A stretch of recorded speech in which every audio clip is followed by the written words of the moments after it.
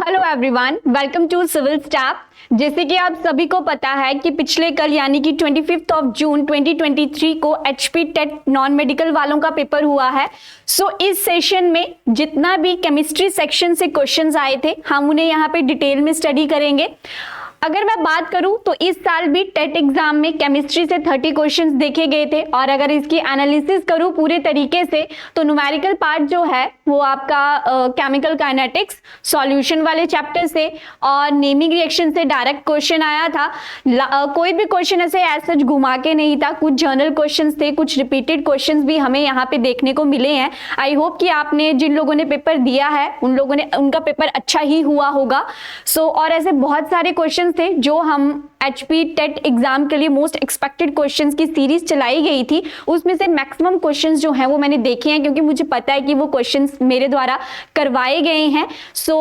अभी यहाँ पे हम उन क्वेश्चंस को वन बाय वन डिटेल में स्टडी करेंगे, लेकिन उससे पहले एक छोटी सी जानकारी आप सभी के लिए कि एचपी टीजीटी कमीशन एग्जाम के लिए सिविल स्टेप जो है वो ऑफलाइन और लाइव बैच जो है वो 10 जुलाई 2023 से स्टार्ट कर रहा है। तो जैसे कि हमें पता है कि टीजीटी का एग्जाम भी बहुत जल्द आने वाला है। आप इसमें अपने आप को एनरोल करवा सकते हैं। आप इसके डिस्क्रिप्शन बॉक्स में जो लिंक दिया है आप वहां पे जाके जो है वो अपने आप को रजिस्टर करवा सकते हैं या फिर आप ऑफिस वाले नंबर पर कॉल करके प्रॉपर जो जानकारी है वो वहां से ले सकते हैं। Now back to the HP TET exam जो कि कल हुआ था और केमिस्ट्री सेक्शन को यहाँ पे हम डिटेल में स्टडी करेंगे। And here is the first question और फर्स्ट क्वेश्चन है आपके पास, a first order reaction has rate constant 1.15 into 10⁻³ second inverse. How long will 5 gram of this reactant take to reduce to 3 gram? सबसे पहली बात कि ये जो रिएक्शन है वो कौन से ऑर्डर की रिएक्शन है, सेकंड इनवर्स है। दैट मींस कि फर्स्ट ऑर्डर रिएक्शन यहाँ पे है। फर्स्ट चीज तो हमें यहीं से पता चल गई, क्लियर।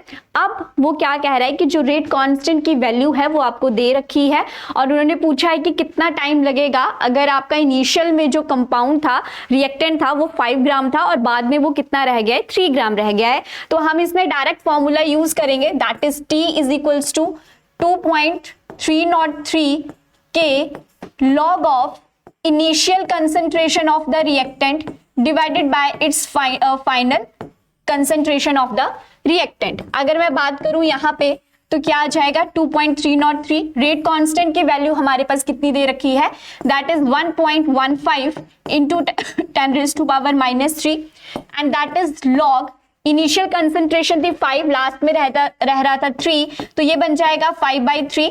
जब आप इसे सॉल्व करोगे तो ये बन जाएगा 2 into 10⁻³ into log 5/3 में जो आपके पास यहाँ पे वैल्यू आएगी दैट इज सॉल्व करने के बाद 0.2219 और जब आप इसे प्रॉपर कैलकुलेशन करोगे तो आपके पास जो आंसर आएगा दैट इज व्हाट 444 सेकेंड्स जो है वो यहाँ पे आपके पास आंसर देखने को मिलेगा।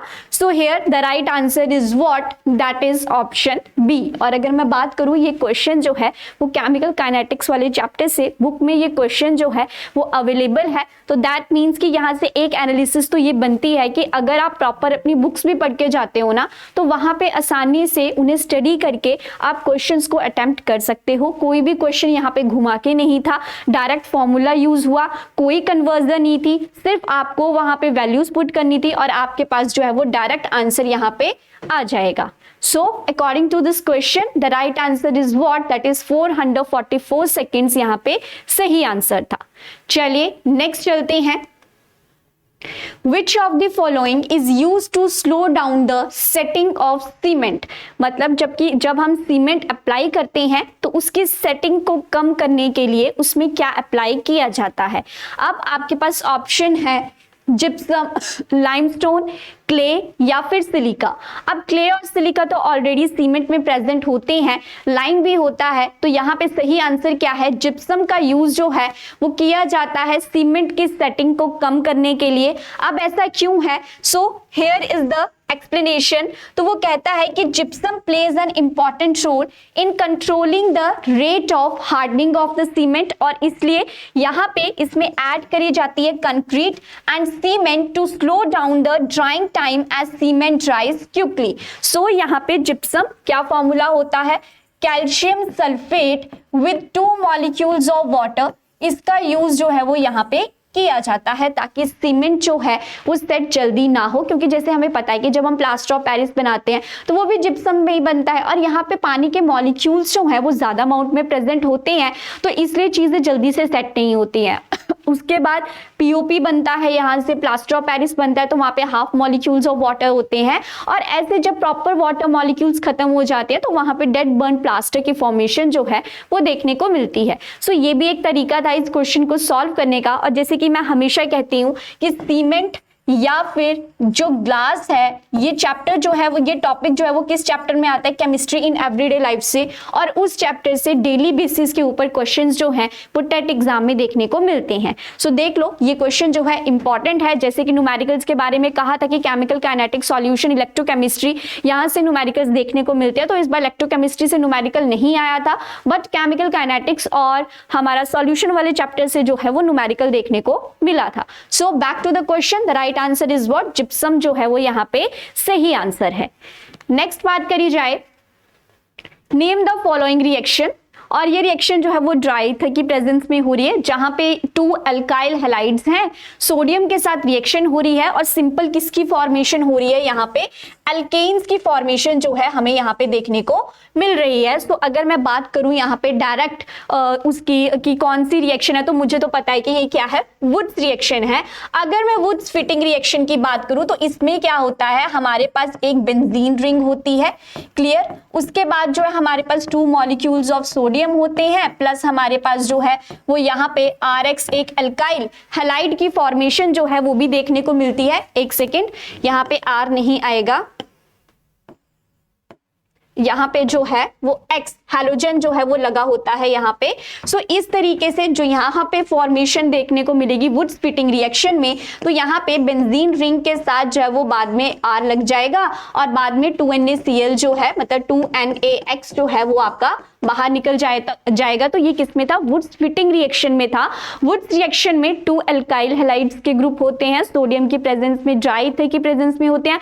वुड स्प्लिटिंग में मैंने ऐसे याद किया था कि हमें बेंजीन रिंग में एक अल्काइल हैलाइड को फिट करना है, और ऐसे ही मैं इसके बाद फिटिंग रिएक्शन की बात करूं तो फिटिंग रिएक्शन में क्या होता है, जैसे यहाँ पे 2 मॉलिक्यूल्स किसके थे, अल्काइल हैलाइड के थे, अब 2 मॉलिक्यूल्स आपके पास किसके होंगे, यहाँ पे सिंपल बेंजीन रिंग वाले हैलाइड्स जो हैं वो यहाँ पे देखने को मिलेंगे। सो इस तरीके से होगा, ये भी जो है वो सोडियम के साथ ही रिएक्शन करवाई जाएगी और यहाँ पे क्या होगा, बाइफिनाइल की फॉर्मेशन आपके पास देखने को मिलेगी। सो ये किस केस में हुआ, ये हुआ हमारे पास उसमें फिटिंग रिएक्शन में, प्लस यहाँ से हमारे पास 2NaX की फॉर्मेशन जो है वो देखने को मिलेगी। So this is all about the Wurtz reaction, Wurtz Fittig reaction and the Fittig reaction. और रीमर-टाइमन रिएक्शन की अगर मैं बात करूं तो यहाँ पे फॉर्मेशन होती है, फिनोलिक ग्रुप के साथ जो है वो चीजें रिएक्ट करती हैं इन द प्रेजेंस ऑफ क्लोरोफॉर्म, और वहां से सैलिसिलिक एल्डिहाइड की फॉर्मेशन जो है वो आपके पास देखने को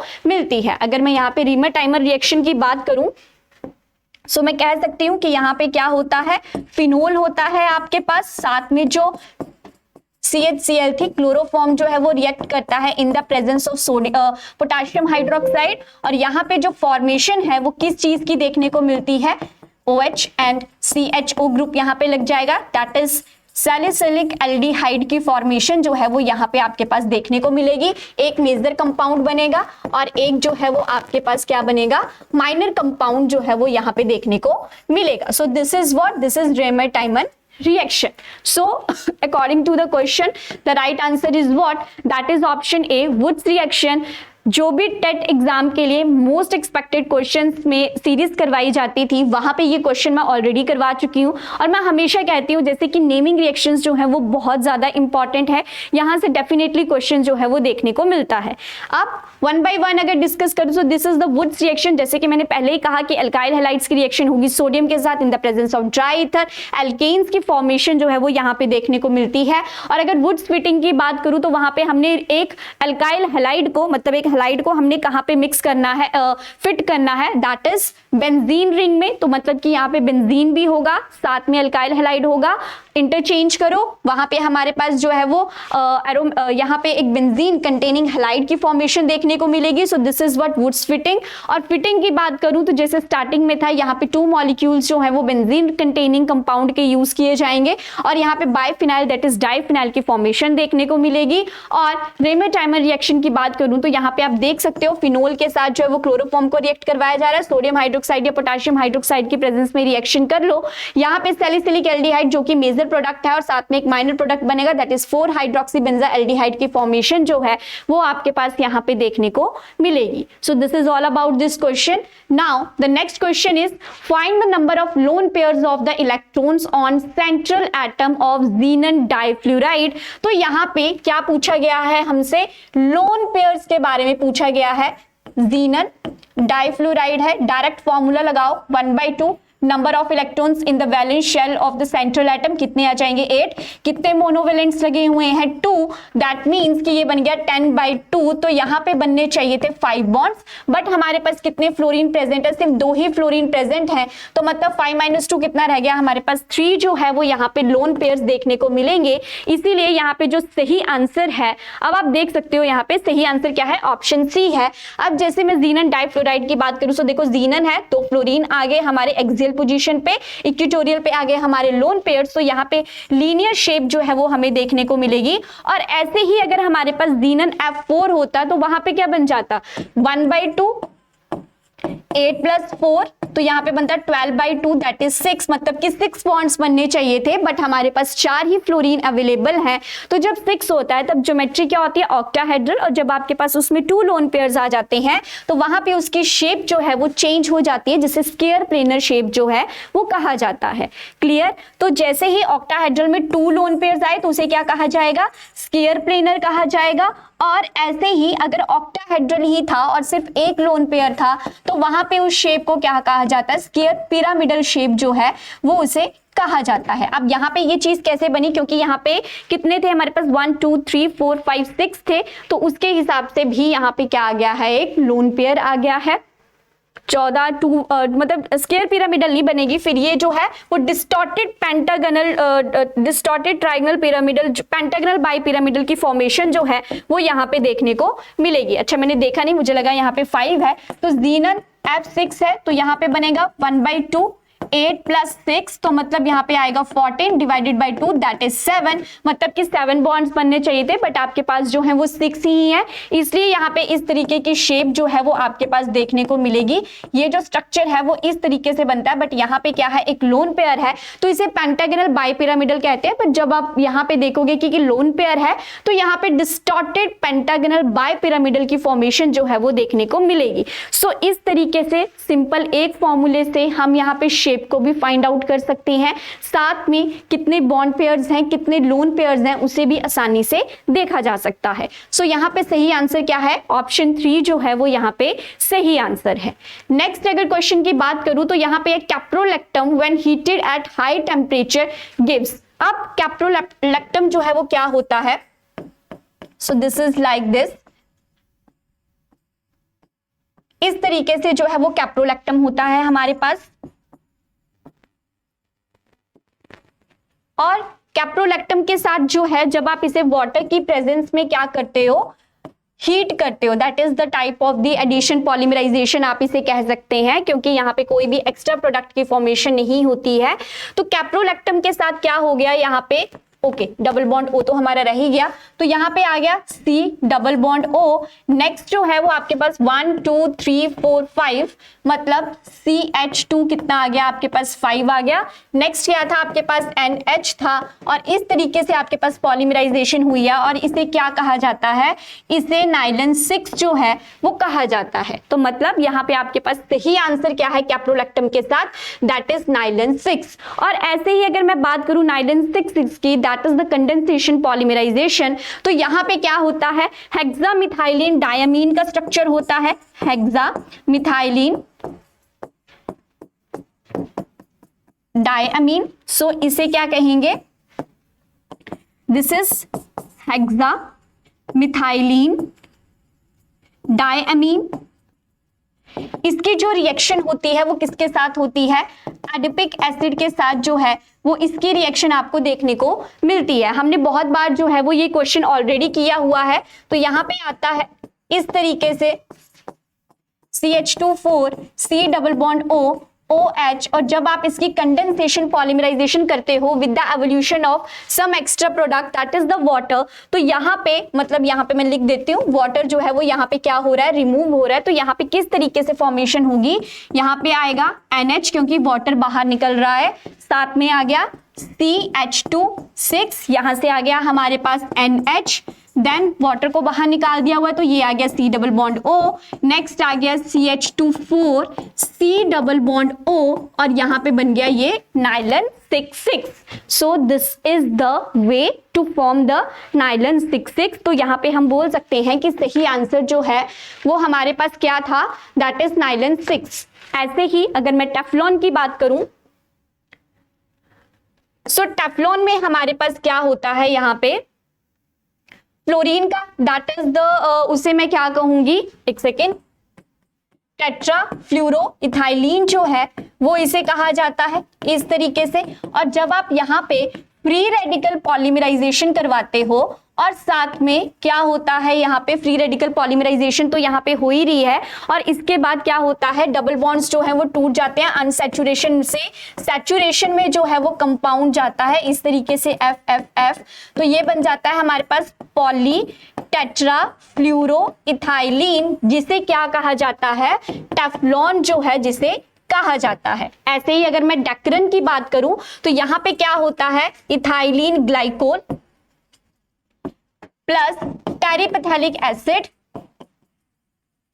और इससे जो है वो डेक्रन की फॉर्मेशन हमारे पास देखने को मिलती है। क्लियर। अगर मैं बात करूं यहाँ पे तो ये क्या बन जाएगा, CH2OH CH2OH प्लस टेरिपेथैलिक क्या होता है, जब आपकी बेंजीन रिंग के साथ कार्बोक्सिलिक एसिड वाले ग्रुप लगे होते हैं तो उसे टेरिपेथैलिक एसिड कहते हैं, और जब आप इसकी करवाओगे पॉलीमराइजेशन तो यहां से क्या होगा, OCH2 क्योंकि आपका H जो है वो बाहर निकल जाएगा, तो यहाँ पे भी आ गया CH2O, यहाँ से आ गया C डबल बॉन्ड O, यहाँ पे लगी आपकी बेंजीन रिंग और यहाँ पे रह गया C डबल बॉन्ड O। सो इस तरीके से जो है यहाँ पे डेक्रन की फॉर्मेशन जो है वो आपके पास देखने को मिलेगी, इसे जो है वो टेरिलीन भी कहा जाता है।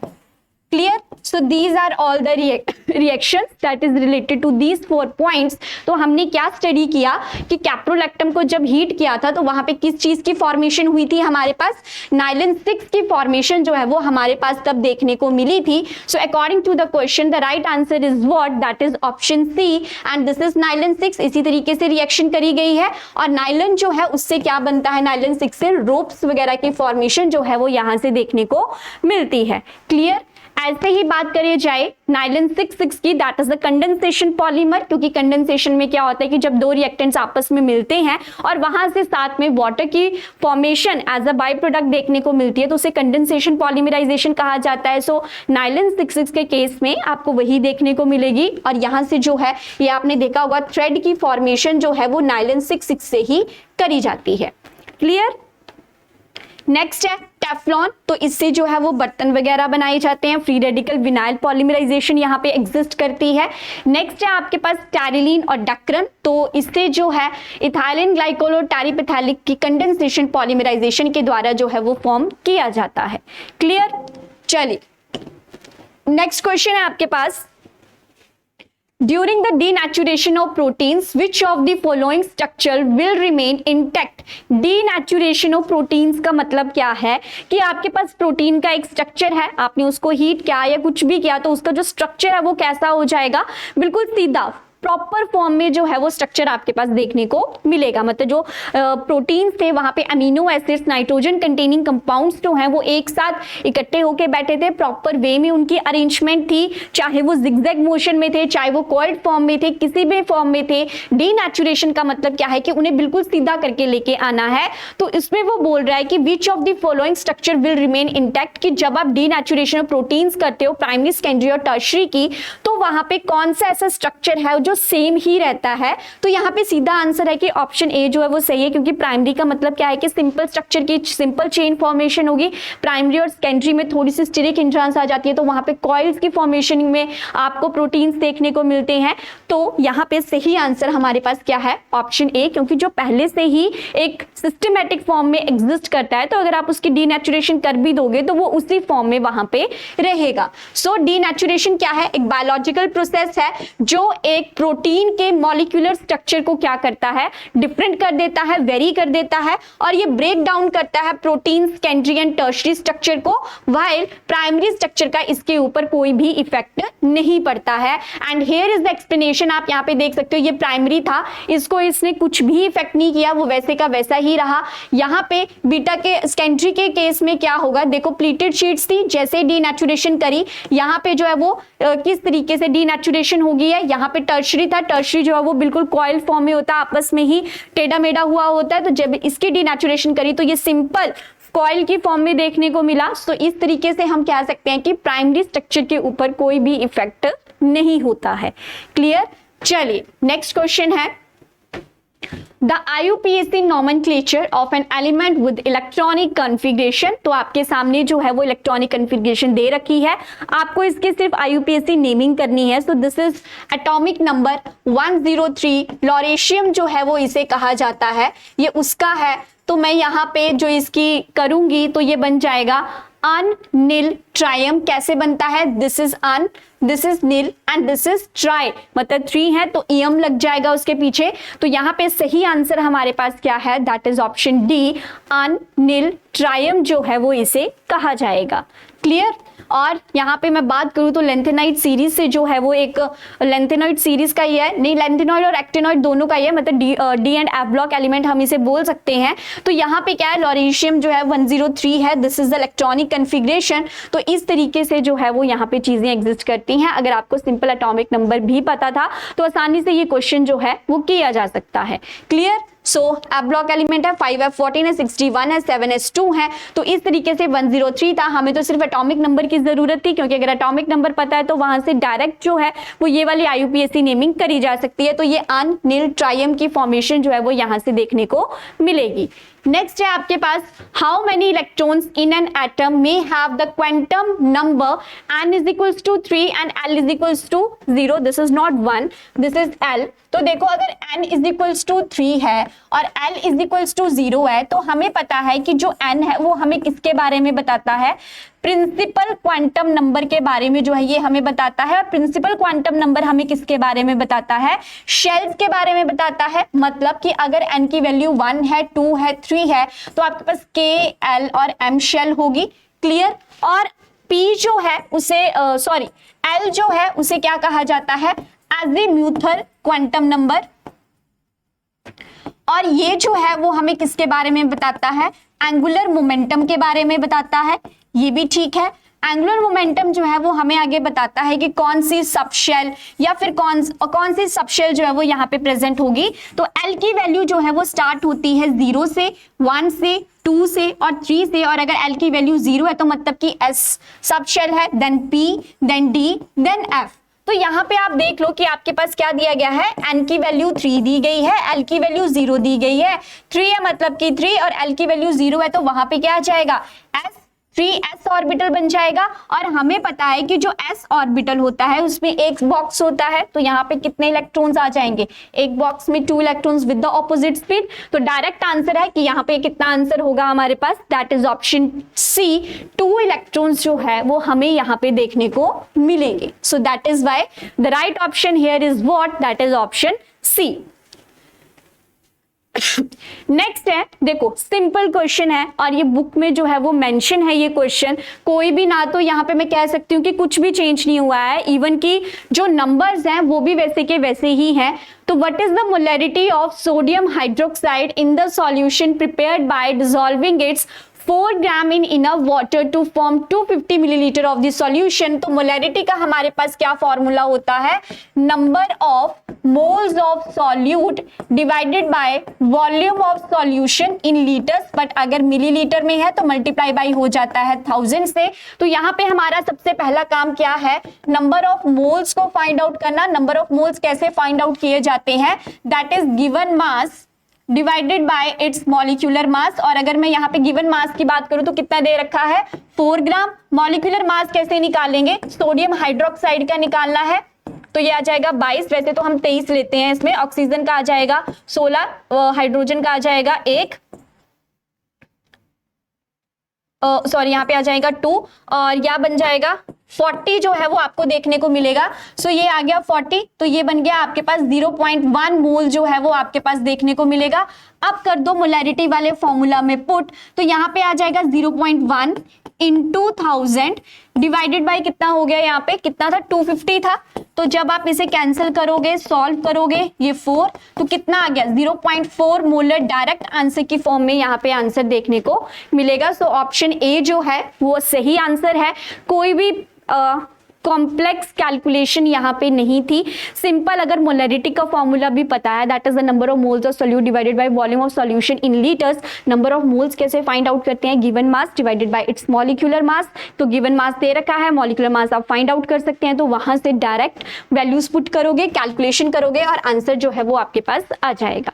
सो this is all about this question. So right option is what, that is option A. Next question है डायरेक्ट एनसीईआरटीज हैं, और ये क्वेश्चन जो है वो हमने एसिड बेस पढ़ना 6th और 7th में स्टार्ट किया था, तो वहीं से ये क्वेश्चन है। And the question is, if China rose is used as a natural indicator, which colour will it give with the basic solution. China rose सभी ने देखे होंगे, घरों में रेड कलर के फ्लावर्स होते हैं, क्लियर है। और जब चाइना रोज को अच्छे से पीस लिया जाता है तो ये पिंक टाइप कलर की फॉर्मेशन बनाता है।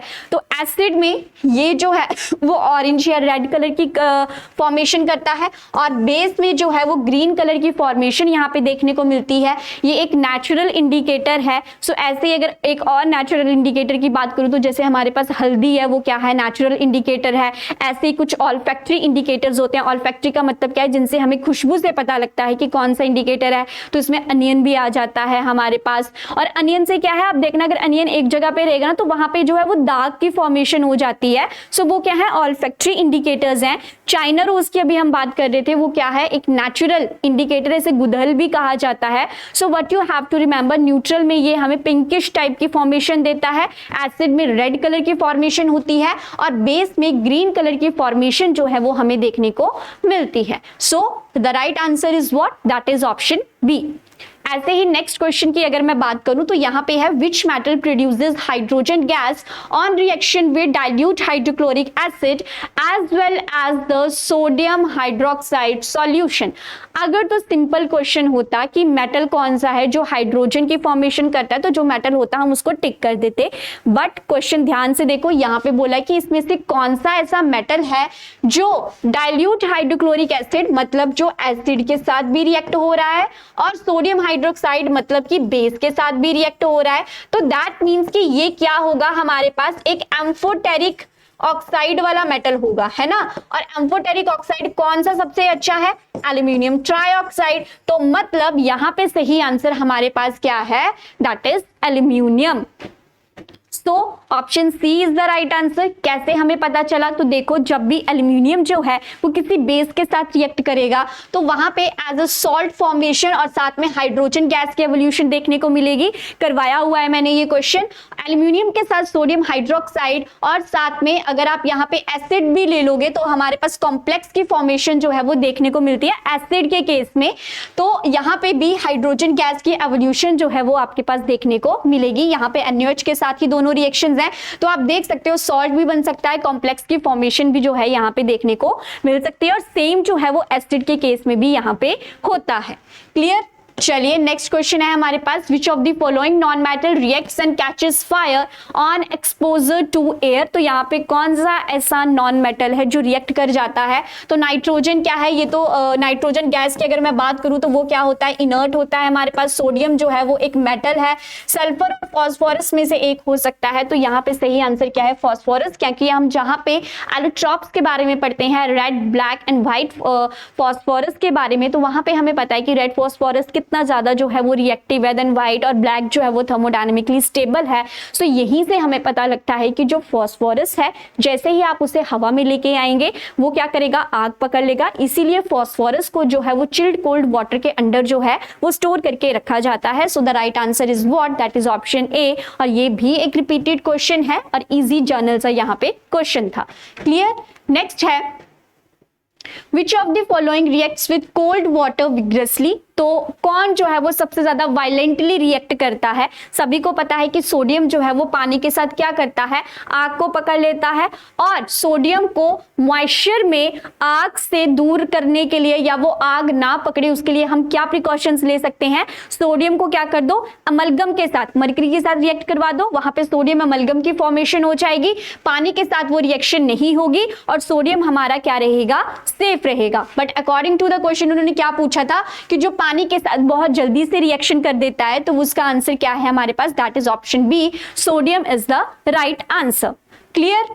चलिए नेक्स्ट है, the plastic that is used to coat uniform of fireman to make them fire proof. मतलब कि जो भी हमारे पास अग्निशामक विभाग में जो लोग काम करते हैं उनकी जो ड्रेसेस हैं वो किस मटेरियल से या किस फाइबर से बनाई जाती हैं? तो ऑप्शन थे आपके पास टेफ्लॉन, पीईटी, मेलामाइन या फिर पीवीसी। तो पीवीसी क्या है, that is known as the polyvinyl chloride. Polyvinyl chloride है तो इसका मोनोमर यूनिट की अगर मैं बात करूं तो यहाँ पे मोनोमर यूनिट हमारे पास क्या होगा, that is vinyl chloride.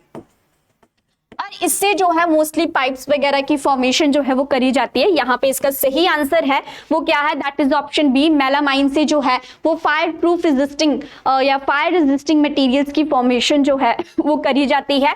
PET जो है पॉलीइथाइलिन टेरिपेथैलिएट, ये जो है वो बॉटल्स बनाने में काम आता है। आगे स्टडी करेंगे। टेफ्लॉन के बारे में अभी हमने पढ़ा कि यहाँ पे इथाइलिन ग्लाइकोल और जब आप टेरिपेथैलिक एसिड का मिक्सचर करवाते हो तो वहां पे जो है टेफ्लॉन की फॉर्मेशन आपके पास देखने को मिलती है।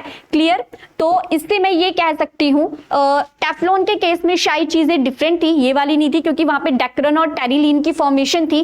टेफ्लॉन के केस में डिफरेंट चीजें होती हैं। सॉरी, यहाँ पे आपका आता है दैट इज टेट्राफ्लोरोइथाइलिन के साथ जो है वो रिएक्शन देखने को मिलती है। यहाँ पे भी फ्री रेडिकल विनाइल पॉलीमराइजेशन होती है, तब जाके जो है वो पीटीएफई की फॉर्मेशन होती है, बर्तन वगैरह बनाए जाते हैं। So this is the Teflon. But according to the question the right answer is what, that is option B, melamine जो है वो इसे कहा जाता है। यहाँ पे पीईटी के बारे में देख लेते हैं। सो यहाँ पे फुल फॉर्म है पॉलीइथाइलिन टेरिपेथैलिएट, इसे कहा जाता है। जो भी हमारी पानी पीने वाली बॉटल्स हैं तो ये क्या होती हैं, इनको हम जो है वो बार बार रीयूज कर सकते हैं, घरों में भी इनका यूज किया जाता है, रिसाइक्लेबल है और ड्राई बिग, इन्हें हम ट्रांसपोर्टेशन जो है वो आसानी से कर सकते हैं। उसके बाद PET bottles have up to 70% less greenhouse gas emission than other packaging types। तो ग्रीन हाउस इफेक्ट को भी ज्यादा बढ़ावा नहीं देती है। प्रोड्यूस लेस प्रोडक्ट वेस्ट, तो वेस्ट भी कम निकलता है। 90% of PET in the US that goes into the recycling bin, वो क्या होती हैं, सारी की सारी रिसाइकल जो है वो हम उन्हें कर सकते हैं। So this is all about PET। Full form का जो है वो यहाँ पे ध्यान रखना है। चलिए नेक्स्ट क्वेश्चन है, which fibre is also known as the artificial silk. तो यहाँ पे देखो सी और डी तो बिल्कुल भी नहीं होंगे, दो ऑप्शन रहते हैं, या तो नाइलन होगा या तो रेयन होगा। तो नाइलन की बात करूं तो यहाँ पे क्या होता है, कॉटन का थोड़ा सा मिक्सचर जो है वो यहाँ पे देखने को मिलता है। ऐसे तो ये भी एक सिंथेटिक फाइबर है, बट यहाँ पे ये क्या है, नाइलन थोड़ा सा जो है वो सॉफ्ट होता है, तो इसे हम कह सकते हैं कि ये प्रॉपर आर्टिफिशियल सिल्क नहीं है। तो यहाँ पे सही आंसर है आपके पास रेयन। तो fibre obtained by chemically treating wood pulp is called rayon, और रेयन को क्या कहा जाता है, आर्टिफिशियल सिल्क कहा जाता है। और can not be called a natural fibre as it is, क्या है ये, मैन मेड है और ये आर्टिफिशियली प्रिपेयर किया जाता है और आर्टिफिशियल सिल्क की तरह इसकी बहुत सारी प्रॉपर्टीज जो हैं वो सेम है, इसीलिए rayon is known as the artificial silk. Question ये भी आ सकता था यहाँ पे कि नायलन क्यों नहीं, तो नायलन जो है जब उसे थोड़ी सी कॉटन के साथ मिक्स किया जाता है तो वो हल्का सा क्या होता है, सॉफ्ट होता है एज कंपेयर टू रेयॉन। तो इसीलिए यहाँ पे जो सही आंसर था वो क्या था, रेयॉन था। और इस टाइप का स्ट्रक्चर जो है वो फॉर्मेशन ऑफ फाइबर जो है वो यहाँ पे देखने को मिलती है।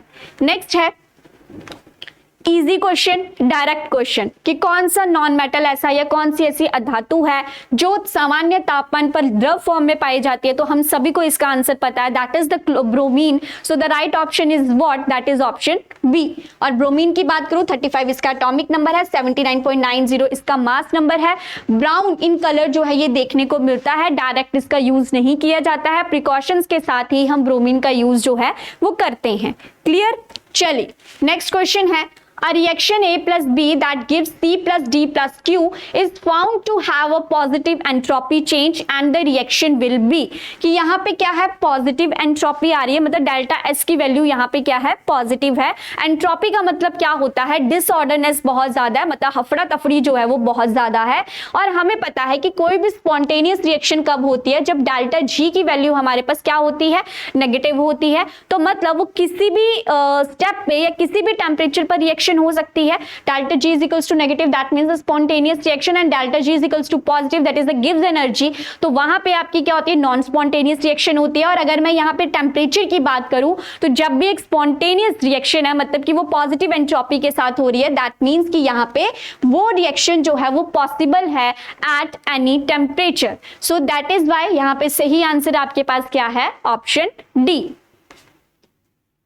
सो ये कहता है कि जो रिएक्शन किसी भी टेम्परेचर के ऊपर पॉसिबल होती है उसे हम स्पॉन्टेनियस रिएक्शन कहते हैं, और वहां पे जो एंट्रोपी है वो बहुत ज्यादा होती है। क्योंकि देखो जहां पे रिएक्शन बहुत ज्यादा हो रही है, मतलब कि एनर्जी बहुत कम है, हफड़ा तफड़ी बहुत ज्यादा है, और अगर वहां पे हफड़ा तफड़ी बहुत ज्यादा तो दैट मीन्स कि वहां पे डिसऑर्डर बहुत है, डिसऑर्डर बहुत है तो मतलब एंट्रोपी बहुत है, मतलब डेल्टा एस पॉजिटिव है। तो अगर डेल्टा एस पॉजिटिव है तो मतलब डेल्टा जी क्या होएगा, नेगेटिव होएगा। सो इसी बेसिस के ऊपर हम कह सकते हैं कि ये रिएक्शन जो है वो किसी भी टेम्परेचर के ऊपर हो सकती है। And a non spontaneous reaction proceeds with the decrease in entropy. तो जहां पे एंट्रोपी है ही नहीं, जहां पे डिसऑर्डर है ही नहीं, चीजें स्टेबल हैं, वहां पे टेम्परेचर भी हमारे पास क्या होगा, कम होगा। क्लियर, चलिए नेक्स्ट है, on a ship sailing in Pacific Ocean is 23.4 degrees Celsius, a balloon is filled with 2 liter air, then what will be the volume where the temperature is 26.1 degree Celsius। तो यहाँ पे जो हमारे पास formula होगा, सबसे पहले तो ये क्या है, चार्ल्स लॉ के ऊपर जो है ये चीज फॉलो करी गई है। चार्ल्स लॉ जो है वो कहता है volume is directly proportional to what, temperature, pressure जो है वो यहाँ पे क्या होता है, कांस्टेंट होता है।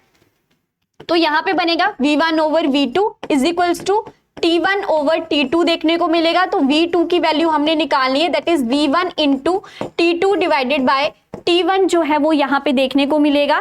क्लियर है ये बात। सो V1 जो है वो हमें कितना दे रखा है, यहाँ पे 2 लीटर दे रखा है, तो यहाँ पे आ जाएगा 2 इंटू T2 की वैल्यू और T1 की वैल्यू। तो जो T1 था वो यहाँ पे क्या था, 23.4 था, और यहाँ पे क्या था, 26.1 था। तो जब आप 23.4 में 273 को ऐड करोगे तो कितना आ जाएगा, 296.4 जो है वो आपके पास देखने को मिलेगा। सो दैट मीन्स कि ये T1 था, तो यहाँ पे आ गया 296.4, और यहाँ पे कितना था, 26.1 था, 26.1, इसमें भी 273 ऐड कर दो क्योंकि हम केल्विन में लेते हैं। तो यहाँ पे आ जाएगा 299.1, और जब आप इसे प्रॉपरली सॉल्व करोगे तो आपके पास जो आंसर आएगा दैट इज 2.018 लीटर जो है वो आपके पास डायरेक्ट आंसर यहाँ पे देखने को मिलेगा। सो ऑप्शन ए जो है वो यहाँ पे क्या है, सही आंसर है। देखो कुछ नहीं था, उन्होंने ना टेम्परेचर दे रखे थे, 2 टेम्परेचर थे और वॉल्यूम दे रखा था, और पूछा था कि सेकंड वॉल्यूम के बारे में। तो हमें पता है कि यहाँ पे चार्ल्स लॉ जो है वो फॉलो किया जाएगा, that is volume is directly proportional to temperature. और अगर इसके मैं एक एग्जांपल की बात करूँ तो जैसे हॉट एयर बैलून होता है, तो जैसे आप नीचे से आग जलाते हो वहां पे वॉल्यूम क्या हो जाता है, बड़ा हो जाता है, प्रेशर क्या रहता है, कांस्टेंट रहता है। तो उसी बेसिस के ऊपर ये क्वेश्चन था। टेम्परेचर जो सेल्सियस में दिया गया उसे केल्विन में कन्वर्ट करो, वहां पे टेम्परेचर T1 T2 की वैल्यू है, एक वॉल्यूम की वैल्यू है, V2 को हमने वहां पे फाइंड आउट करना है। सो इस तरीके से ये क्वेश्चन जो है वो यहाँ पे सॉल्व किया जाएगा। सो आई होप कि ये चीज आपको यहाँ पे क्लियर होगी। क्लियर। नेक्स्ट है, considering the elements fluorine, chlorine, oxygen and nitrogen, the correct order of their chemical reactivity in terms of the oxidizing property। तो मैं यहाँ पे ये कहूंगी कि oxidizing property जो है वो along the period क्या करती है, increase करती है। that means कि फ्लोरीन की सबसे ज्यादा, then ऑक्सीजन की, then नाइट्रोजन की। बट यहाँ पे क्या है, हमारे पास क्लोरीन भी प्रेजेंट है। तो यहाँ पे जो राइट आंसर आएगा वो क्या आएगा, फ्लोरीन, ऑक्सीजन, देन क्लोरीन और देन जो है वो नाइट्रोजन जो है वो एंड में देखने को मिलेगा। क्योंकि नाइट्रोजन जैसे भी गैस बनाता है तो वो इनर्ट होता है, तो उसकी रिएक्टिविटी इतनी भी देखने को नहीं मिलती है। फ्लोरीन जो है वो बहुत ज्यादा इलेक्ट्रोनेगेटिव है, तो ऑब्वियसली वहां पे ऑक्सीडाइजिंग प्रॉपर्टी हमें सबसे ज्यादा देखने को मिलेगी। सो इस बेसिस पर उसके बाद आएगा ऑक्सीजन, देन आएगा आपका क्लोरीन, और आपके पास ऑप्शन बी जो है वो सही आंसर यहाँ पे देखने को मिलेगा। So oxidizing character of element जो है वो इंक्रीज करता है from left to right along the period, and we get the decreasing order of the oxidizing property. तो इस तरीके से होगा, मतलब फ्लोरीन जो है वो सबसे अधिक रिएक्टिविटी को शो करेगा और ऑक्सीडाइजिंग कैरेक्टर जो है वो डिक्रीज करता है डाउन द ग्रुप। तो इसीलिए जो फ्लोरीन है वो ज्यादा ऑक्सीडाइजिंग प्रॉपर्टी को शो करेगा एज कंपेयर टू क्लोरीन। इसीलिए क्लोरीन जो है, however the oxidizing character of oxygen जो है वो भी किससे ज्यादा है, क्लोरीन से है। इसीलिए हमारे पास ये वाला ट्रेंड जो है वो देखने को मिलेगा। क्लियर। चलिए नेक्स्ट क्वेश्चन है, considering the elements boron, aluminium, magnesium and potassium, the corresponding order of their metallic character। अब मैं अगर यहाँ पे बात करूँ तो जो ग्रुप 1 है वहां पे हमारे पास क्या होगा, पोटाशियम होगा। मैग्नीशियम जो है वो कहाँ पे होगा, ग्रुप 2 में होगा। और बोरोन और एल्यूमिनियम की अगर मैं बात करूँ तो ये कहाँ पे होंगे, ग्रुप 13 में एग्जिस्ट करेंगे ऐसे। क्लियर। और हमें पता है कि जो इस साइड वाले होते हैं डी ब्लॉक के, हमेशा लेफ्ट साइड वाले वो क्या होते हैं, मेटल्स होते हैं, और इस साइड हमारे पास क्या होते हैं, नॉन मेटल्स होते हैं। मतलब कि यहाँ पे बोरोन जो है वो क्या है, एक बहुत अच्छा नॉन मेटल है। और अगर मैं यहाँ पे बात करूँ तो पोटाशियम आपका क्या है, सबसे अच्छा मेटल है। उसके बाद आएगा मैग्नीशियम, तो मतलब पोटाशियम पहले, फिर मैग्नीशियम, फिर एल्यूमिनियम, और लास्ट में हमारे पास आएगा नॉन मेटल। सो अगर आपको पोटाशियम की प्लेसमेंट का भी पता है तो आसानी से ये क्वेश्चन जो है वो अटेम्प्ट किया जा सकता था। सो that is why option D जो है वो यहाँ पे क्या है, सही आंसर है। सिर्फ इतनी बात थी, बहुत बार बताया भी हुआ है, डी ब्लॉक के एलिमेंट्स होते हैं बीच में, जो लेफ्ट साइड है वहां पे चीजें आपकी क्या हो, जो आपके पास इस साइड है, दैट मींस कि जब आप इस साइड जाओगे तो वहां पे मेटल्स होंगे ग्रुप 1 और ग्रुप 2 में, और जब आप यहाँ पे जाओगे इस साइड तो वहां पे चीजें क्या होंगी, नॉन मेटल्स होंगी। मतलब एस ब्लॉक मेटल्स में है, पी ब्लॉक जो है वो नॉन मेटल्स में आपके पास देखने को मिलेगा। क्लियर।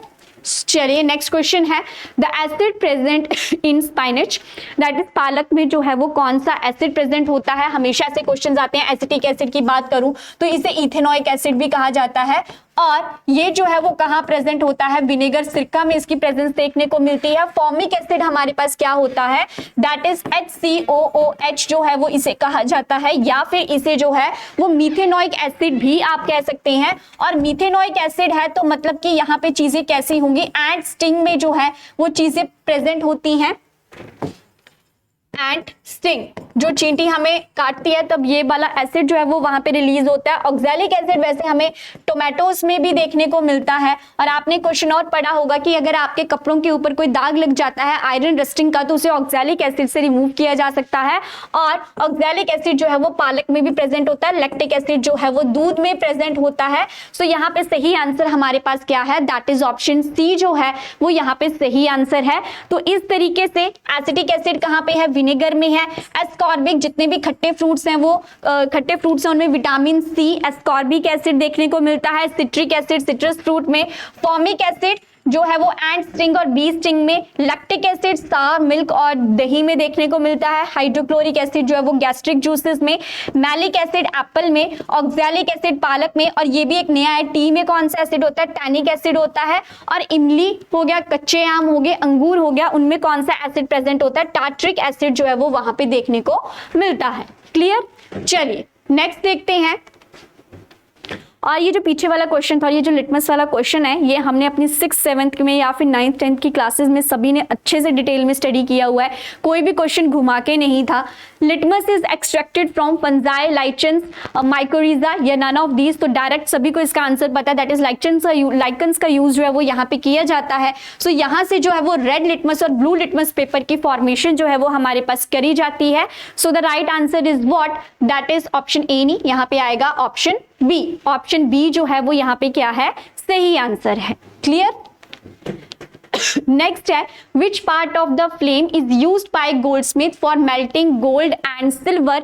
सोने और चांदी को पिघलाने के लिए जो भी हमारे पास सुनार होते हैं या गोल्डस्मिथ होते हैं वो किस फ्लेम का यूज करते हैं। सो देखो, flame has 3 parts, that is outer, middle and the inner most. और जो बाहर वाला पार्ट है ना वो सबसे क्या होता है, गर्म होता है। बीच वाला पार्ट मॉडरेटली गर्म होता है और सबसे एंड वाला पार्ट जो है वो लीस्ट हॉट होता है। तो अब जो आउटर वाला जोन था उसका कलर कैसा होता है, ब्लूइश इन कलर, बीच वाले का येलो इन कलर, और जो लास्ट होता है जहां पे अनबर्न्ड कार्बन होती है वहां पे ब्लैक कलर की फॉर्मेशन होती है। तो यहां से एक ये भी चीज आती है कि देखो हॉटेस्ट पार्ट कौन सा था, आउटर वाला था, तो ऑब्वियसली उसका ही यूज किया जाएगा गोल्ड को पिघलाने के लिए। सो the right answer is what, that is option ए कि आउटर जोन का यूज जो है वो वहां पे किया जाता है। डायरेक्ट एनसीईआरटी बेस्ड क्वेश्चन है, तो एनसीईआरटी जो है वो मोस्ट इंपॉर्टेंट है, उनके बाहर से क्वेश्चन जो है वो नहीं आता है।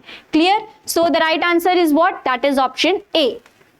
Which one of the following has the highest calorific value? तो calorific value क्या होती है, when you heat a 1 kg of substance, तो उसके लिए जो एनर्जी वहां पे रिक्वायर्ड है उसे क्या कहा जाता है, कैलोरिफिक वैल्यू कहा जाता है। और सबसे ज्यादा कैलोरिफिक वैल्यू जो है वो किसकी होती है, LPG, that is liquefied petroleum gas, butane plus propane का यहाँ पे मिक्सचर होता है। तो इस तरीके से यहाँ पे एलपीजी की जो कैलोरिफिक वैल्यू है वो सबसे ज्यादा देखने को मिलेगी। जैसे आप देख सकते हो 55,000 होती है, कंप्रेस नेचुरल गैस की 50,000 होती है, बायोगैस की 35 to 40,000 और हाइड्रोजन की जो है वो 1 लाख के अराउंड होती है। लेकिन इन ऑप्शंस में से पूछा गया था तो एलपीजी जो है उसकी कैलोरिफिक वैल्यू जो है वो सबसे ज्यादा यहाँ पे देखने को मिलती है। क्लियर। चलिए नेक्स्ट क्वेश्चन है, naphthalene balls are obtained from coal tar and are used as. हमें पता है कि जो कोल तार होती है उससे नैप्थलीन की फॉर्मेशन होती है। अब क्वेश्चन ये है कि नैप्थलीन का यूज किसके लिए किया जाता है। तो हमें पता है कि इंसेक्ट्स को दूर भगाने के लिए इसका यूज किया जाता है।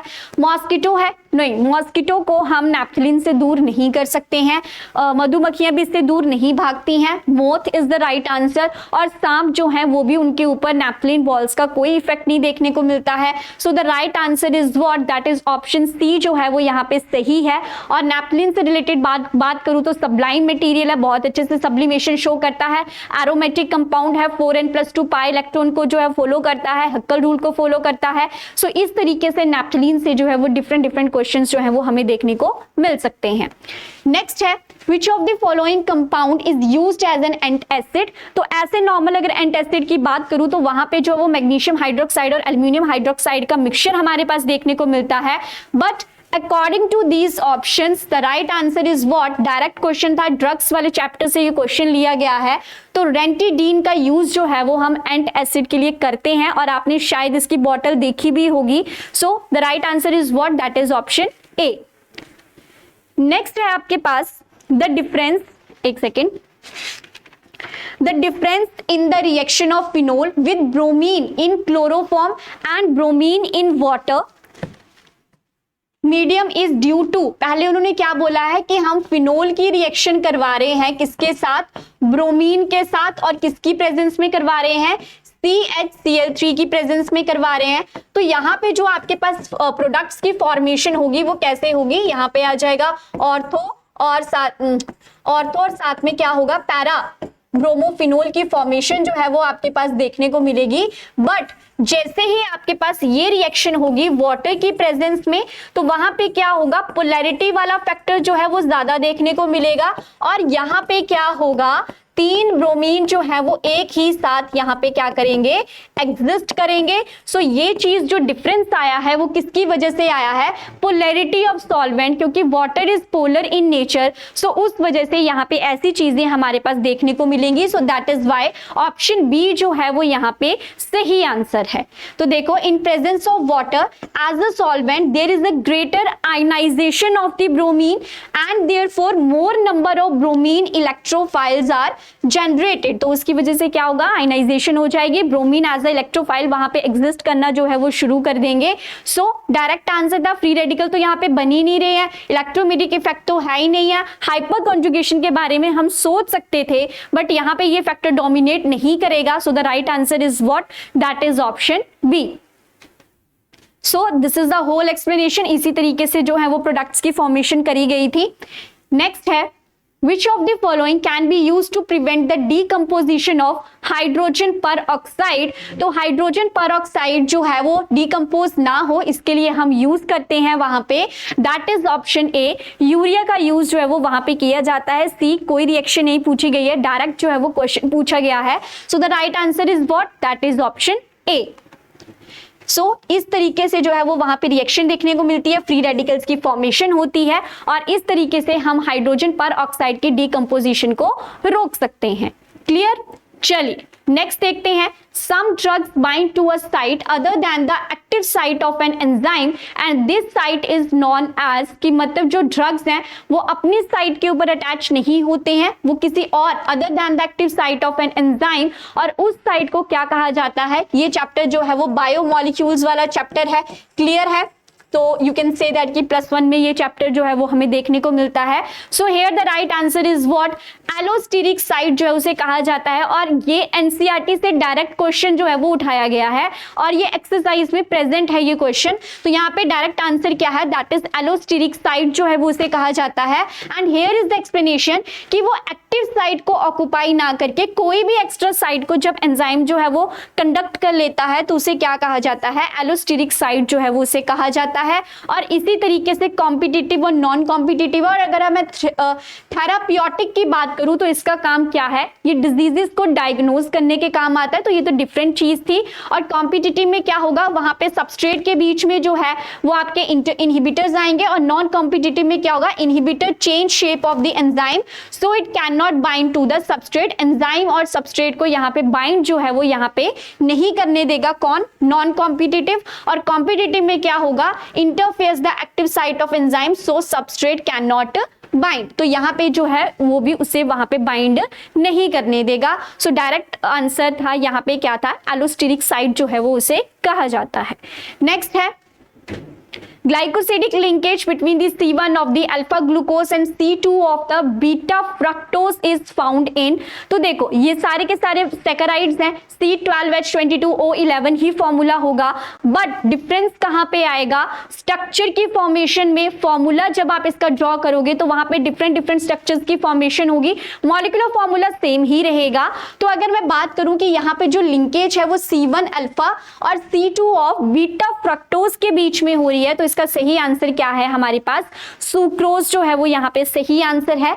अब देखो ये है हमारे पास ग्लूकोज और ये है फ्रक्टोज और ये पूरा का पूरा क्या है, सुक्रोज इसे कहा जाता है। तो यहाँ पे जो ये लिंकेज हो रही है इसे क्या कहा जाता है, अल्फा ग्लाइकोसिडिक लिंकेज जो है वो इसे कहा जाता है। और जब हम एंजाइमेटिक रिएक्शन पढ़ते थे ना तो वहां पे ये था कि सुक्रोज जब ब्रेक डाउन होता है तो वो ग्लूकोज प्लस फ्रक्टोज में ब्रेक डाउन होता है। और ये ना हमने डाइजेस्टिव सिस्टम वाले चैप्टर में ये रिएक्शन जो है वो वहां पे स्टडी करी होगी।